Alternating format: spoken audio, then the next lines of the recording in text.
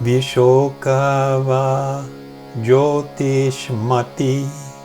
Stability of the mind can also be produced by perception that is beyond all sorrow, meaning blissfulness, and is radiant or shining.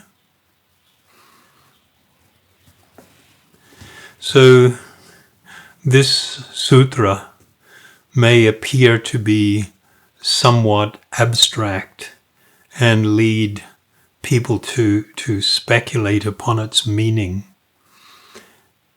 To really understand it, we need to remember the characteristics of what we call the three gunas, triguna, the three modes of material nature, sattva, rajas, and tamas. Rajas and tamaguna give rise to pain, suffering, and further ignorance. Sattva, on the other hand, is luminous and blissful by nature. So in this regard, there is a couple of verses in the Bhagavad Gita.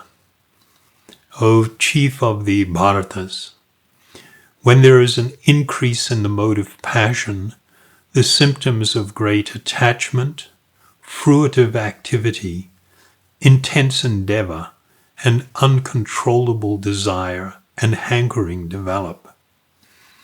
When there is an increase in the mode of ignorance, O son of Kuru, darkness, inertia, madness, and illusion are manifest. And then within the 16th shloka, in that same 14th chapter, it states that action done in the mode of passion results in misery, and action performed in the mode of ignorance results in foolishness. So one important focus of yoga practice or a yoga lifestyle is to become more situated in the mode of goodness or sattva guna. In sattva guna, the mind is purified. The mind and intelligence can remain absorbed then in transcendental contemplation and appear like a waveless ocean, placid and limitless. So that description is given by Vyasa and is actually found in many parts of the Vedas, the mind being like a waveless ocean, placid and limitless. So Vyasa says, by the reflective meditation upon the self in its pure form within the core of the heart, there arises the pure knowledge of I am, this experience of my actual existence separate from the body and the mind. This higher perception, he says, is called viśokā jyotiṣmatī, that brilliantly shining light, devoid of sorrow. So in hearing that explanation, probably most people that are not schooled in Vedic and traditional yogic thought probably wouldn't have reached the same conclusion about the meaning of it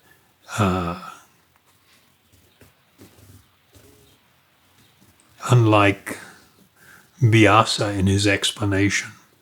So an important point is that this, what is being spoken of, is not a perception, meaning of that which is perceivable.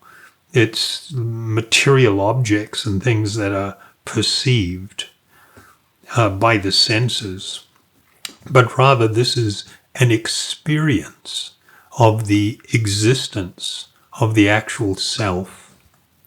So in this early stage of awakening, and this is still a very early stage of self-realization, of enlightenment, in this early stage of true self-realization, the perception that I am spiritual by nature is of supreme importance. And I'll again use the Bhagavad Gita as a reference source to confirm this. We have this most wonderful verse in the 6th chapter, Dhyana Yoga, in the 20th shloka, where it states, in the stage of perfection called trance or samadhi, one's mind is completely restrained from material mental activities by the practice of yoga. This perfection is characterized by one's ability to see the self by the pure mind and to relish and to rejoice in the self. So this is a more probably detailed and very pointed explanation of this experience that's been pointed to by Patanjali. And once again, the reference to samadhi and even the English translated word here, trance, we're not talking about a mental state, because actual samadhi, actual self-realization, means to become free from the influence of the mind. It is an experience of the actual eternal and pure living being, not an experience of the mind. So these are different things, and I think that point is really important for anybody that is very interested in this journey to come to appreciate and understand. If we do not come to this understanding, then we will be constantly simply trying to arrange the mind or produce effects or experiences within the mind and considering those to be transcendental when they are not transcendental at all.